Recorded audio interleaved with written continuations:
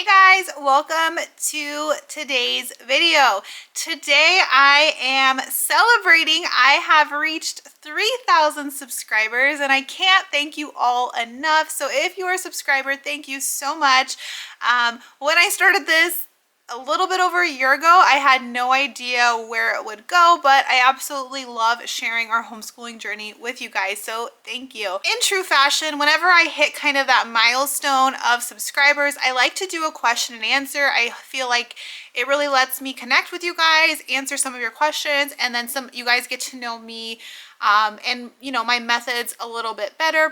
Plus, I always like to add in a fun giveaway. So I will list the giveaway details down below. Be sure to check the details of the giveaway, the start and end dates, because by the time you're watching this video, the giveaway could have just started or it could end it. So check the details down below and good luck on the giveaway. All right, so we are doing a question and answer. The way I get these questions is I ask on my Instagram. If you're not following me on Instagram, I tend to post more like day-to-day stuff. I will have that listed down below so you guys can follow me.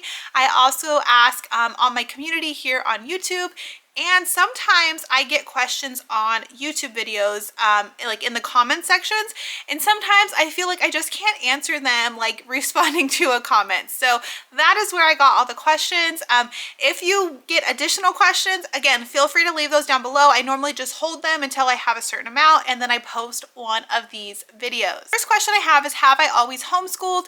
No, we have not always homeschooled. My oldest daughter went to our like public charter school until she was in second grade, and then that's kind of when the pandemic happened. We did have them go back for a short time whenever schools eventually opened back up, but I mean a short time, like maybe a month or two. And so that was when my middle daughter was starting her kindergarten year. And so my oldest daughter has the most like true public school experience for her kindergarten, first grade, and some of her second grade year. But other than that, we have homeschooled, and so I'm excited because my youngest son, who's 4, he will be like fully homeschooled. So I'm excited doing a lot of those younger great things with him, as well as, not dealing with the stress of a pandemic and not knowing like what to do with our lives, because that's how it was for my middle daughter. Another question I got is, do you plan to continue homeschooling through high school, and all of that? And so yes, we do. So I didn't ever take my kids out with the intention of you're going to go back. It was like a temporary thing. I know a lot of people did that just because of some restrictions that were in place. That was never my intention. When I made the decision is like, is this something we're choosing to do for the long run? Now, no one knows what's going to happen in the next 5, 10, 15 years. Because look back at your life. Like, did you know every single thing that was going to happen? Most of the time we don't. And so I can sit here and say, no, we're not going to do that, but I don't know what would hold, because if you would have asked me, 5, 6 years ago, homeschooling wasn't an option at that time because I didn't know about it. So I always look at it with the mindset of, if my kids were to go back to public school, have I done everything to prepare them, both them, individually, but then also like, do I have the right records? If we move, maybe I want to move to a state that has strict homeschooling laws, not for that reason, but for other reasons. The state we live in currently doesn't have really any homeschool requirements of me. And so I always have those thoughts in the back of my head of, am I set up that if any of those things happen, will we be okay? But to be honest, like, there's 100 reasons why we homeschool, but I actually think, it's even more important in those older years. And so I do hear a lot of people say, oh, well, my kids will go back in high school. That's like the years I worry about the most. The younger years, your kids are young enough, I think you're a little bit safer, still not the best, but the older years, that is definitely where I do not want my kids in a public school setting. So yes, we plan to continue homeschooling. We have no plans to stop homeschooling at all. And like I said, we are setting ourselves up for continued years of homeschool for whatever that may be. I had someone reach out because I made that video about no longer using the good and the beautiful, and do I have any other open and go recommendations? Well, I didn't make that video to say that I think you all should stop using the good and the beautiful and it's not a good curriculum. If you really, I think, got my message in that video, that's not what I said. I think it's a good curriculum and it served its purpose in our home. And I do think it's a really great curriculum if you're a new homeschooler, if you're a busy mom, multiple kids, if you're not the type that has tons of time to like plan and piece things together, because it is a really good put together open and go type curriculum. And so no, I don't know of really any open and go curriculums like in that same aspect. And I think that's more language arts, because math, I think all math programs I've used are pretty much set up the same way. Like math is math. You know, I like that the Good and Beautiful had video math lessons. I just didn't like the way their math was taught, and I didn't like their math workbooks for the older grades. But I think the math we chose is just as open and go as that was. So like we use Saxon Math and Nicole the math lady, if you aren't familiar. And Nicole the math lady teaches my kids the lessons, and then they have the workbooks. And so that's, in my eyes, pretty open and go. And then as far as language arts, the one downside is the Good and the Beautiful, everything was just in one book. But for me, I didn't feel like that was doing enough in certain areas of language arts. And so we're choosing to piece that together, and I'll be sharing more about that in upcoming videos. So no, I don't really know of an open go curriculum that's similar to the Good and the Beautiful, but I have tons of amazing viewers, so I will ask them to leave it down below in the comments if they have any suggestions for you. All right, so some more questions. My next question was, do I ever see myself quitting my job and being a full stay-at-home mom? Currently, no. I love my job. I love that I get to work from home. I love my schedule. We're in a really good homeschool schedule, so I feel like I have the perfect balance. If you would have asked me 2 years ago, where I had a different job and sometimes I worked out of the home, that just added another level of stress. And plus, I feel like my job previously, I had to sometimes, I feel like that company didn't necessarily care about my home life, and so I felt like I was off balance, that they needed more of my attention from work than my home, and that will never work. And that's why I decided to leave that job. Whereas the job I have now, my family comes first, and that company instills that, and my management team instills that. And so because my family gets to come first, and I'm not stressed out, I think I'm really great at my job. I give 110% for my job. And so that is why, no, I don't feel at this time that I would want to quit my job. Obviously, there are days I wake up and I'm like, well, you know, it would be easier, you know, not having to work and then deal with all these things. But honestly, I feel like even a stay-at-home mom who doesn't have a job may feel like has hard days. So I don't think my hard days are any, I don't think I have more hard days. I just think my days are different. And to be 100% honest, having my second income allows me to live a lifestyle and do things that I enjoy. And so like I said, because it doesn't pull me away, I feel like, from being the best mom, from giving everything I can to my kids, I get the best of both worlds. It's just a huge benefit to our home. So that is why, you know, there's 100 reasons. I've worked really hard to get myself in the career I have. You know, I've worked since I was 16, and I am very proud of that. I'm very proud to show my kids that. That doesn't mean that I think, you know, a stay-at-home mom does anything less. It's just I have grown a lot in my career, something that I never thought I'd be doing. And so I think that's really funny too. That I deal in, you know, Excel and data all day. And if you know me, that was like not my thing. So I'm very proud of those accomplishments. And then again, I really enjoy, and my family really enjoys the lifestyle we have because of a 2-income household. And so that is just, you know, the decisions that we have made. Next question I got is, how do you give each of your kids equal time and attention for their school day? So I have ages 10, 8, and 4. And I think they just need attention in different ways. Like my 10-year-old, and to be honest, my 10-year-old is like a mini me. She could run my house if I needed her to. She's just very organized, very on things. Even my 8-year-old, you know, they're just really great with school.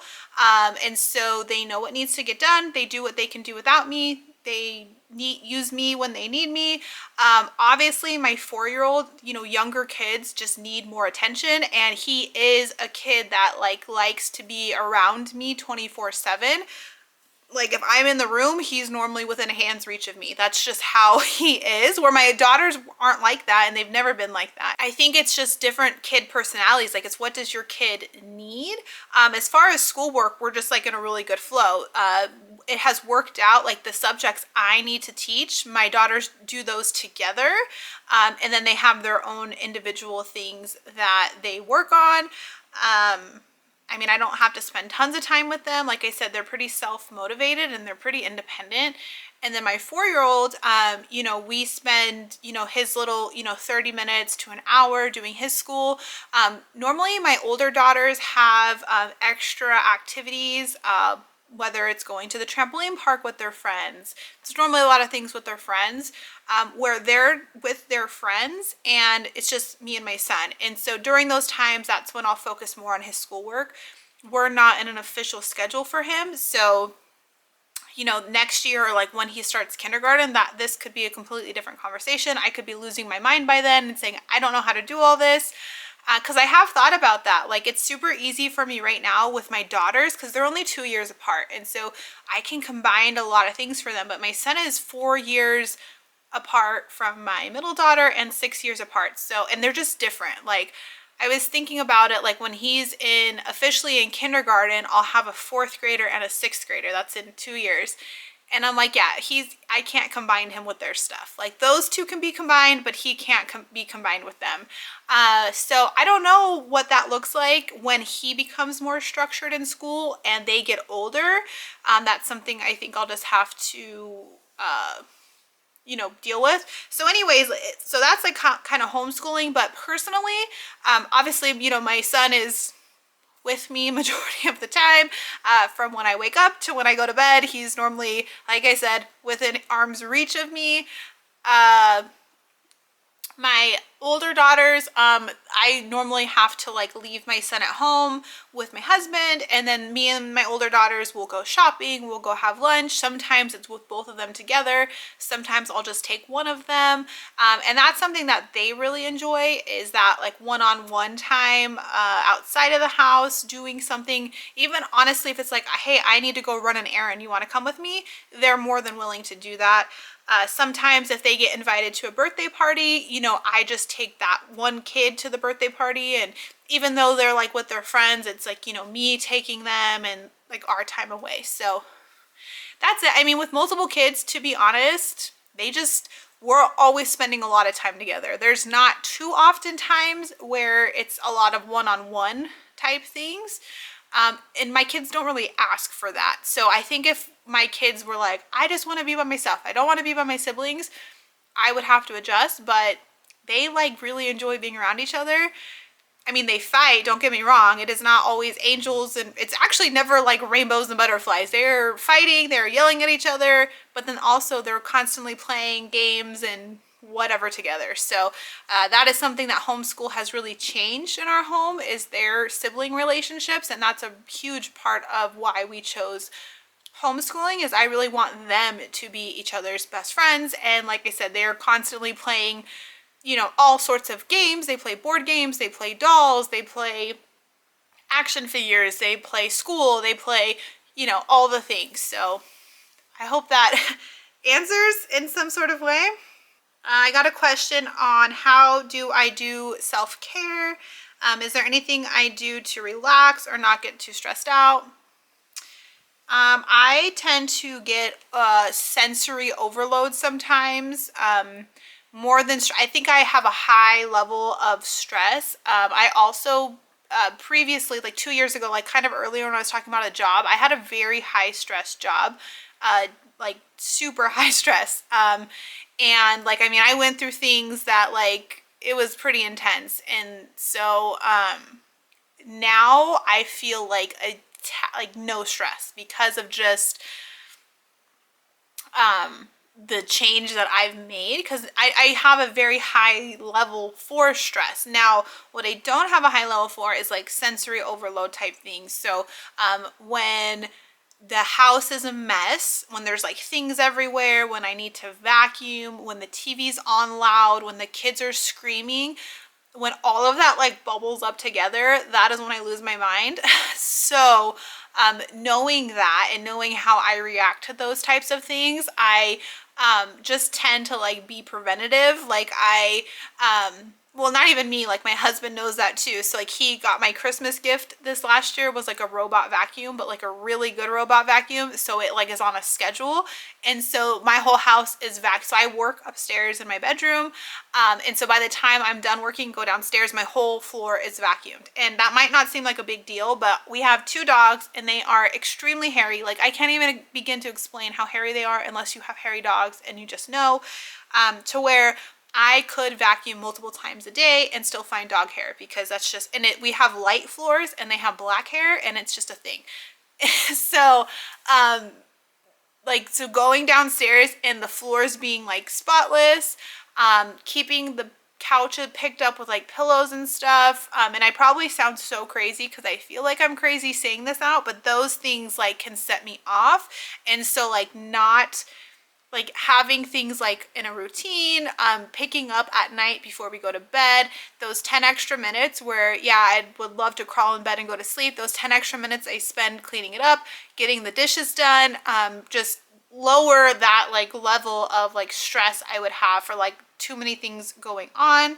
Now that it is getting a little bit warmer outside, the sun is out, with my kids, getting them out of the house to get out that like extra scream energy. You know, after they've been doing school and chores all day, all they want to do is play, and so they have like that built up energy, and so getting them out of the house really helps, because then, you know, they kind of get some of that extra yelling loud energy out. And then self-care, I'm just not that type of person. I don't like, first of all, I don't like being by myself. So I think I had a membership at like one of these places where you would go and get facials. And I just hated doing it because, one, like my time is valuable. Like I am busy and I have a lot to do. And so when I would go get these facials for like an hour to 90 minutes, there was no sense of relaxation there, because I'm sitting there like, okay, I could be doing this and I could be doing this, and I can't just lay here. And that's just how I am wired. Like I am not that person. I can't take naps. I just can't do it. It doesn't work for me.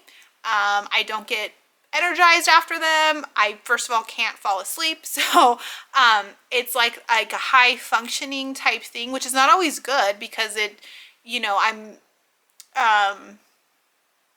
can't shut down a lot of my things too. So if I'm like thinking about something, I need to like figure it out, or I can't sleep. So I don't know, maybe I do like the opposite of self-care, like do self-destruction. I don't really know, but I am not the type that will take time for myself. I like shopping, which is not a good habit to have, but I don't want to go by myself, so I have to either bring my husband with me or my daughters with me. So you know, that is just how I am. I truly enjoy cooking. Like I love cooking when I don't have to. Like when I have to figure out what to make for dinner every night, that stresses me out. But on the weekends, when I can just like make new recipes, like try all these things, that is something I truly enjoy. So I do a lot of cooking. I do a lot of talking about homeschool because I really do enjoy that. Yeah, I guess I'm a weirdo. I don't know. I just am not a total self-care person. And probably the worst thing I do is when I do need like a quiet period, like if my kids are gone, my husband's gone, I'll just sit and scroll on social media for like 30 minutes, an hour, which is not good. That's not a good time, but that's what I do. I have actually been, when I do drive, like in between places, like picking up my kids, dropping them off, all those fun things. I've been listening to some audiobooks. So right now I'm listening to, I think Ginger, well, her name was Ginger Duggar. I don't know what her new last name is because she's married. Her book, I've been listening to that and I really enjoy doing that. So that's kind of like my quiet time to kind of like refocus myself. All right, last question that I'm going to answer in this Q&A because I don't know, I feel like it's been long and wordy, is how do I balance it all? Homeschool, house cleaning, cooking, being a mom, being a wife, etc. Yeah, that's something that I think we all deal with, and it's finding that perfect balance. But there are some weeks that this area of my life gets more attention than this week, and it's just that constant like find a balance. What I will say is being a mom and a wife comes before all else. So those things are always in the front of my mind. I'm always a wife to my husband before anything else. I'm always a mom to my kids before anything else. And so if those needs are met, then, that's when I allow the extra time. So, if we've had a busy week and my husband and I haven't had a chance to connect, then, instead of me obsessing over homeschool curriculum, I need to prioritize and spend time with my husband. Now, something that I think is really important for you guys to know is my husband and I have been together 13, going on 14 years, and we've been married for 10 and a half years. And in the beginning of our relationship, when we had my first daughter, we worked opposite schedules. And I mean opposite. Like, I think my husband worked overnights, I worked during the day. We had different days off. And we just functioned throughout life and did what we had to do to pay bills and to raise our daughter. And, I always joke, I'm like, I don't even remember you in those first few years of life. Because it just went by fast, and it was just like we were just getting through what we needed to get through. And that has been an ongoing thing. So we have had to work different schedules. When I worked out of the home, my husband, I would work day shift and my husband would work swing shift. So I remember getting home from work, saying hi, and him walking out the door to go to work. By the time he got home from work, I would be asleep. And so we saw each other in passing, but we were just on different wavelengths. But then I think at that point we had days off together. So we had the weekends off. So, and then now, he still works different shifts. We don't work the same schedule, but we have the weekends off, and I work from home. So I'm not out of the house when he's home. When he's here, I'm here too. And even though I'm working, we're still around each other. And so now, after what I say, 13 years, we're now always around each other. We see each other every morning, we see each other every night. We wake up together, we go to bed together. And we're just constantly, we have the same days off. So we have 2 full days off together. And so this has not always been a thing. And so now I'm well, that part's easy. We're around each other. We enjoy being around each other. We always have things to talk about. We're the type of couple that shares everything about our day. If we weren't around each other, it's oh, well, what did you eat for lunch? Or, oh, what did, who did you talk to today? And,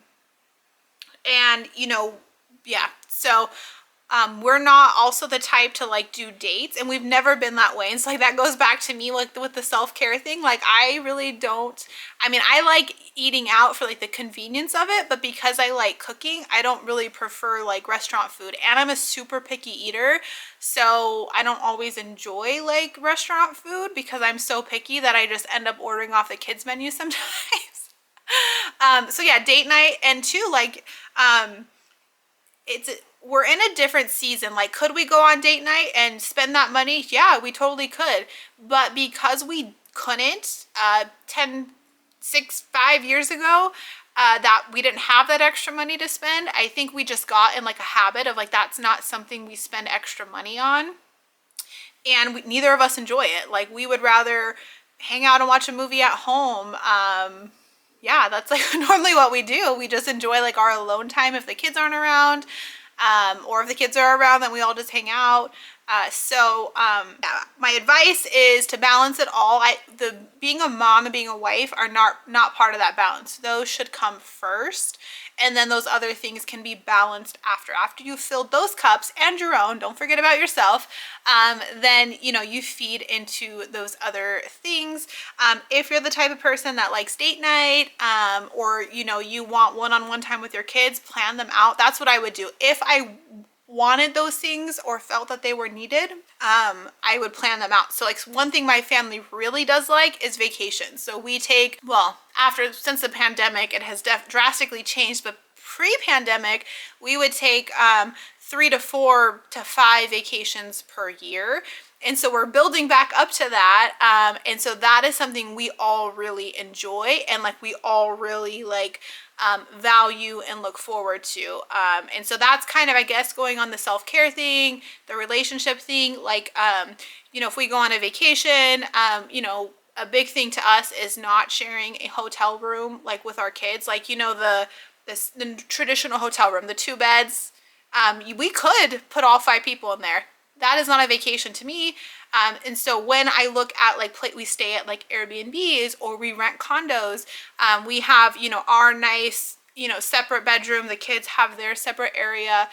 So things like that, like thinking of those details, like, yes, you could do things on the cheaper, easier route, but doing those extra things so like everyone gets to enjoy it, just makes sense to me. And then cooking and house cleaning, I've kind of already touched on that. I have to keep my house clean, or that is something that generally stresses me out and like causes me angst and like stress. So I'm constantly picking up, constantly cleaning, and no, it's not fun. Like, I would not sign up for that, but doing it like constantly, it's only 5 to 10 minutes because I'm constantly doing it. And cooking, I enjoy. So I enjoy cooking, but then also on Sundays or Mondays, I normally do like bulk cooking. Is that even a word? Bulk cooking? I don't even know, guys. I feel like I've been talking too long. But I like cook a lot of something, so there's like leftovers. So I normally make like muffins, or like banana bread or pancakes, and then like for breakfast, and then for like lunches I make like soups or like a pasta and have like lots of leftovers. So and then even normally when I cook a meal, I always cook extra to have leftovers. So that is something I balance. I will share, I don't go to grocery stores. I have not gone to grocery stores in probably 5 years. Even pre-pandemic, I have always used delivery services or pickup, like where I just go to the store and like they bring it out to my car. I save hours a week not going to the grocery store, and I honestly think I save money because when you're at the grocery store, it's so easy to like throw stuff in your cart. When I have to like be premeditated about it and like, choose this, I plan better, I save money, and I save tons and tons of time. So I pay for services like Instacart, like Walmart Plus, Amazon Prime. 90% of the things that I buy are delivered to my house. It's not because I'm lazy. It's not because I don't like to leave the house. It's because those are huge time savers for me. So I don't go to stores and spend hours at grocery stores. It's just not me. It's not going to happen. So I use the convenience of those services. But I know that's not feasible for everyone. But that's something that I use. That's a trick that I have. All right, guys, I feel like I have rambled on enough. And if you made it to the end, you were amazing. Like I already said, thanks so much for helping me get to my 3,000 subscribers. The next time I do a Q&A will be at 3,500 and another giveaway. Don't forget, check down below for the giveaway details to see if you can enter. Thanks for all your support, guys. We will chat soon. Bye.